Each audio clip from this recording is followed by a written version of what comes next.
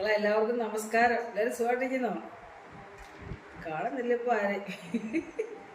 അപ്പോൾ ഇന്ന് ഞാൻ ചോറുണ്ണാൻ ഒരു പ്രത്യേക വിഭവം തയ്യാറാക്കിയിട്ടുണ്ട്. കണ്ടില്ലേ, ഇത് നമ്മുടെ ഉണക്ക അയില കൊണ്ട് ചമ്മന്തി ഉണ്ടാക്കിയിരിക്കുകയാണ്.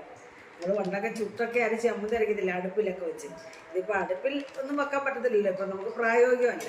അപ്പോൾ നമ്മൾ അടുപ്പിലല്ലാത്ത രീതിയിൽ ചുട്ടരയ്ക്കുന്ന പോലുള്ള രീതിയിൽ ഉണക്കമീൻ അയില പിന്നെ വറുത്ത് പൊടിച്ച ചമ്മന്തി ആയത് കേട്ടോ.